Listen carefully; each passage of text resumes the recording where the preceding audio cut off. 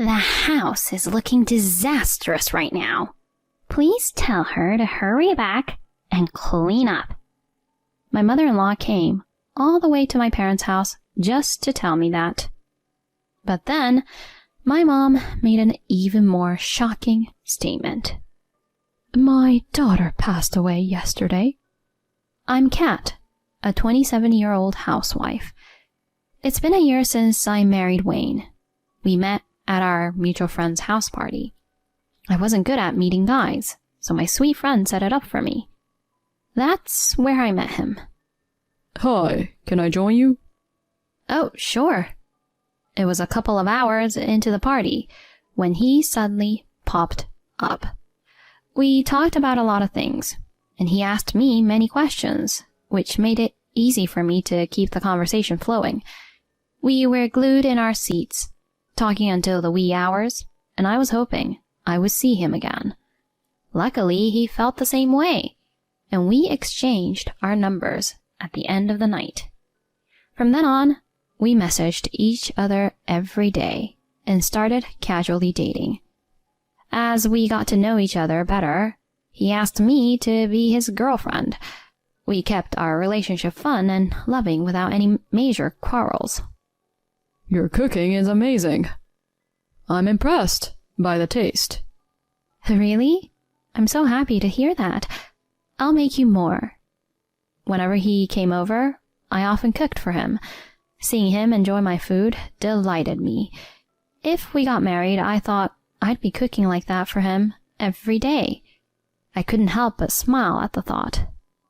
I did hope to marry him someday. Then, about a year into our relationship, he popped the question. Will you keep making delicious meals for me? Marry me. I was totally caught off guard by how quickly it happened, but I was ecstatic. Yes, I love you so much. Hence, the wedding preparation began. We quickly informed our parents and had the customary meet and greet. Then we tied the knot in a beautiful ceremony. Many friends and co-workers blessed us at our wedding, and I felt an overwhelming sense of happiness. We had been living separately up to that point and finally moved in together. Wayne wanted me to focus on being a homemaker, so I quit my job to become a full-time housewife. I did my best to provide a comfortable home for him by expanding my cooking skills and keeping the house squeaky clean. However, there was one thing that grabbed my attention about Wayne after living together. He was way messier than I imagined. First off, he always left his clothes lying around. It was a common sight to see his socks or t-shirts scattered on the living room floor after he had taken them off. And after eating, he didn't bother to take his own dishes away but went straight to the sofa to lie down. I understood that it was my job to do the chores as a housewife, but I wished he'd be a bit more mindful about how he lived. Another surprise was that he couldn't do his tie by himself, and I had to help him. How did you manage before? Mom used to do it for me. Seriously? By the way, she used to iron my shirts every day. Can't you do it too? Okay, I'll iron them. Don't mess it up, okay? He deliberately sighed, tinged with a touch of irritation. His attitude disturbed me.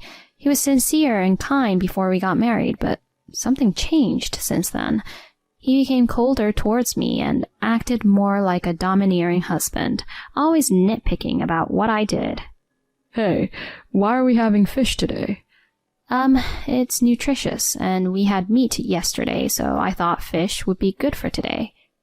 Are you kidding me? You know I like red meat, right? I don't want to eat fish. But he often expressed his selfish desires. Hey, my shoes aren't polished enough. Make sure the beer is ice cold. Don't serve all the dishes at once. It's overwhelming, you know? Serve them like a course, one by one. Honestly, his demands were tedious, and it was getting on my nerves. Whenever I couldn't meet his standard, he'd blame me, saying, Mom always did it perfectly. Apparently, he was overly pampered and catered to by her for everything. I resented her for spoiling him so much. A few months into our marriage, We went over to his parents' house for the first time, and I witnessed a surprising scene. Welcome back, my dear. So good to see you. Hey, Mom. Glad to be back. Carrying such heavy stuff. Poor thing. Give it to me. I'll take care of it. Thanks, Mom. I'm baking your favorite cake, so let's have it together.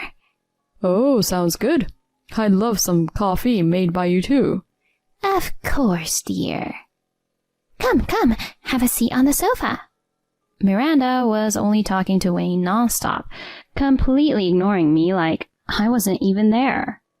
Larry, my father-in-law, greeted me and we engaged in a conversation, but Miranda was stuck to Wayne the whole time. Sorry about that, Kat. Miranda tends to be overprotective, and I've always tried to caution her, but she never listens. She's been like that forever. Wayne, well, he's overly dependent too, and I'm ashamed of it. I hope he's not causing trouble at home. Well... Oh, I guess he is, huh? I'm really sorry. I'll make sure to talk to him about it. Oh, that'd be great. Thank you. I was relieved to know he had a better sense than the other two. If he had been as troubling as Miranda, I wouldn't have been able to handle it. Still, I was quite flabbergasted by how she treated Wayne. If she raised him that way, no wonder he turned out selfish and unable to do anything on his own.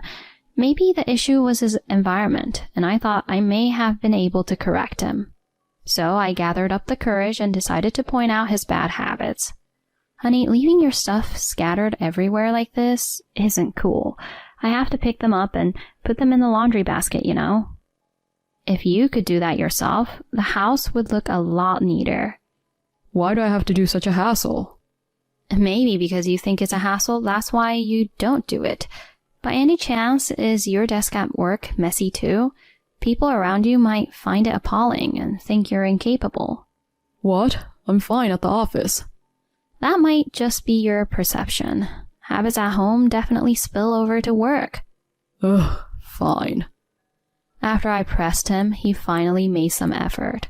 The tactic appeared effective with him, so when I asked him to take his place to the kitchen, I mentioned it was to prevent any embarrassment for him at work. I was able to manipulate him, but sadly it didn't last long. One day while I was relaxing at home, the doorbell rang. I was surprised to see Miranda standing at the front door. Oh, Miranda, is everything all right? Let me in.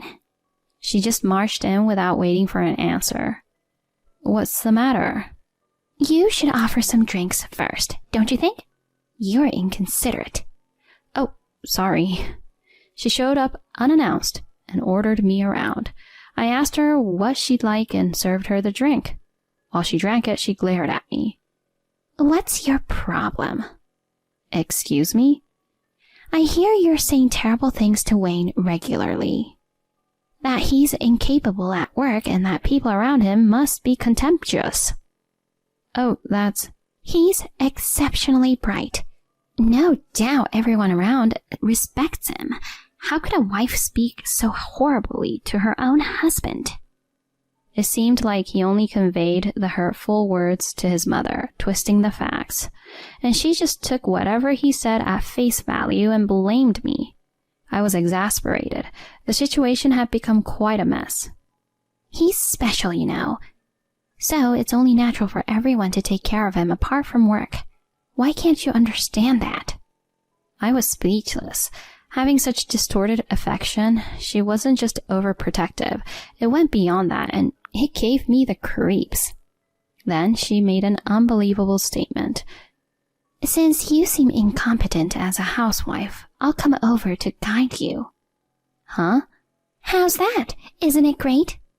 No. That's, it's okay. What? Did you just say no? You seem to be severely disillusioned. You don't even realize that you're incompetent. I feel for Wayne for getting such a useless wife. Brace yourself. I'll whip you into shape. She was getting worked up all by herself. It was definitely going the wrong way. At that time, it seemed she had only come to tell me all that and left once she was done. That night, I confronted Wayne. Hey, why did you tell your mom things that aren't true? Huh? Things that aren't true? I told her exactly what happened. The fact that you hurt me is real. But I just wanted you to change. You just have to do the housework better. I heard she's coming over every day from now on. You better learn well from her. Don't you dare be rude, okay? He was completely on her side. Just as she doted on him, he also seemed to dote on her like a mama's boy. She started coming over the next day, just as she said. What's with all this dust? You haven't cleaned at all. This tastes terrible, so pathetic. That's why you're a useless wife. I wish Wayne would throw you out. I wondered why I had to be belittled like that. Her daily visits were becoming a significant source of my stress. As time went on, my health deteriorated, and I decided to get checked up one day. To my astonishment, I found out that I was pregnant. Although it was unexpected, I felt joy knowing that my child was on the way. I immediately informed Wayne. Pregnant? Yeah, we're having a baby. Oh, yeah? Well, keep doing your chores properly like before. Huh? I was puzzled by his reaction. He didn't sound happy about it at all. I told Miranda as well, but she reacted similarly to him. Don't slack off on the housework just because you have morning sickness and inconvenience Wayne. What? I was stunned and questioned their mindset. I felt it wouldn't be good for my mental health to be around them any longer. I was sure Miranda would keep harassing me, and Wayne would keep acting selfishly. It would not only affect me, but also the baby. So when Wayne went to work, and just before Miranda arrived, I quickly packed my bags and went to my parents' home. They were surprised when I suddenly showed up. When I explained the situation, they sympathized and were furious at the two.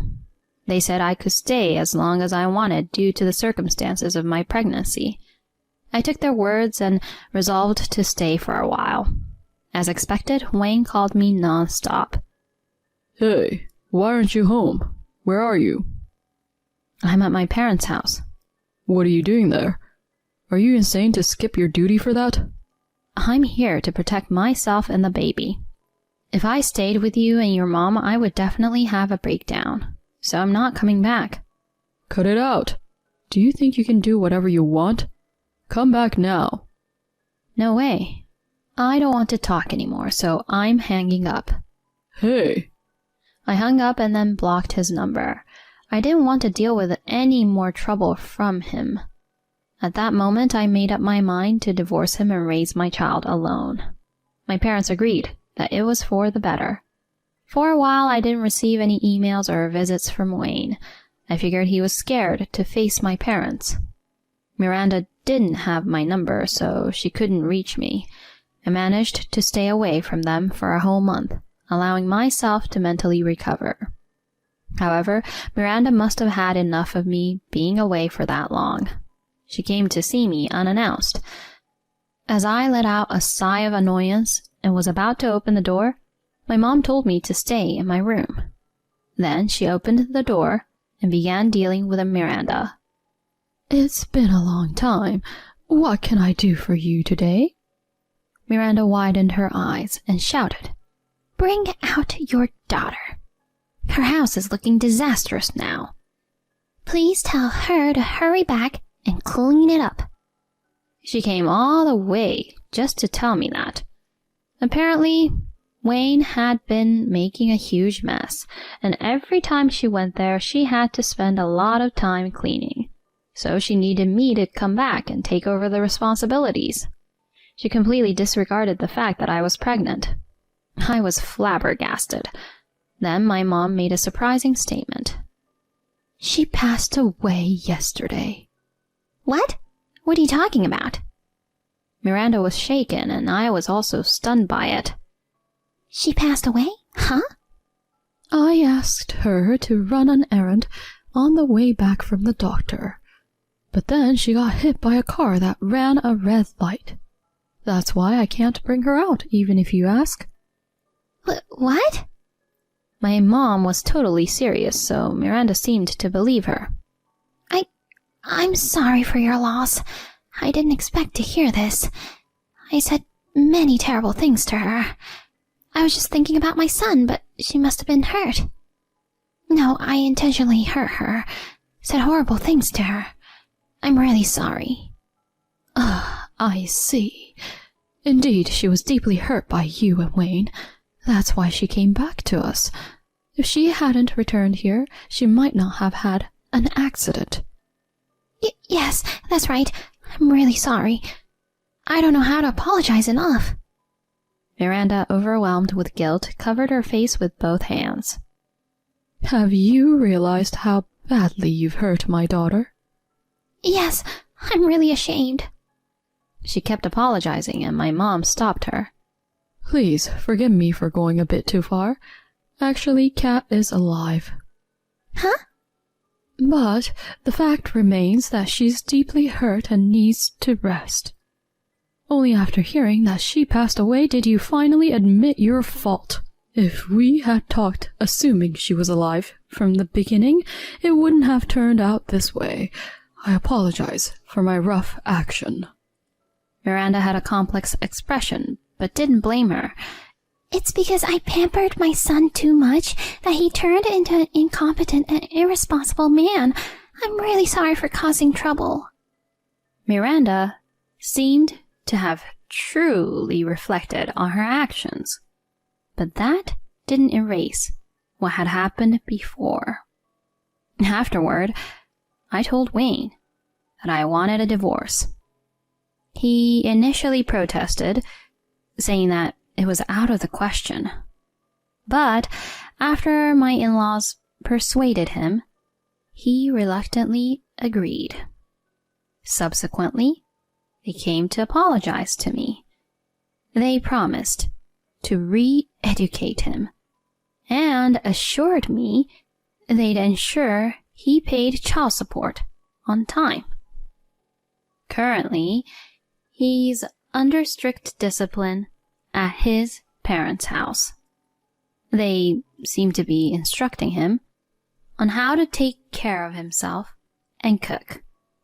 Despite complaining, he's in a situation where he has no choice but to do the chores, albeit clumsily. Occasionally, my in-laws get to see their grandson.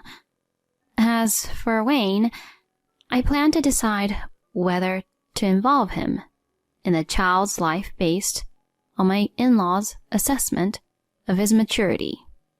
Meanwhile, I've started working again and getting support from my family in raising my son. I'm working hard to earn enough for his future education and to allow him to pursue his interests.